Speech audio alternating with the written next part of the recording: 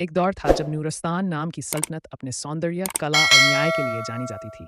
वहाँ के राजा बहादुर और दयालु थे और उनकी बेटी राजकुमारी माहगुल इतनी सुंदर थी कि चाँद भी उसे देखकर शर्मा जाए। लेकिन माहगुल सिर्फ सुंदर नहीं थी, वह एक माहिर कारीगर भी थी। हीरों की तलाश में उसका कोई सानी नहीं था।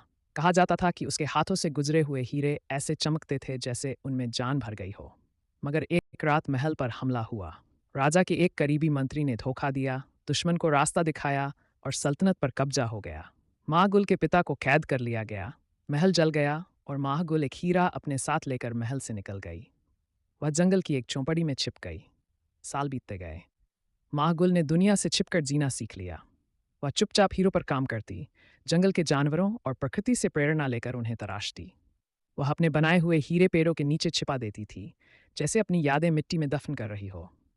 एक रात जब चांद पूरी रोशनी से चमक रहा था, एक राजकुमार शिकार के लिए निकला। जंगल में वह एक झोंपड़ी के पास आया तो अचानक उसकी नज़र जमीन पर रखे एक चमकते हुए हीरे पर पड़ी। वह कोई आम हीरा नहीं था, ऐसा लग रहा था जैसे वह दिल से बात कर रहा हो। राजकुमार हैरान रह गया।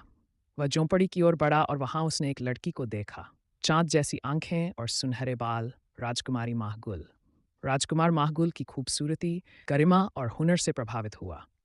माहगुल ने उसे अपनी कहानी सुनाई, अपने पिता की कैद, अपने देश की तबाही और अपने हुनर से उम्मीद की रोशनी जलाने की कोशिश। वह राजकुमार एक नज़दीकी सल्तनत का युवराज था।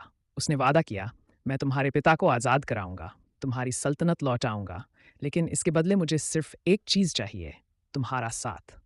राजकुमार ने अपनी सेना के साथ नूरस्तान पर हमला किया।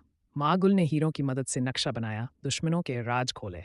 युद्ध हुआ और आखिरकार राजा को कैद से आज़ादी मिली। महल फिर से बस गया।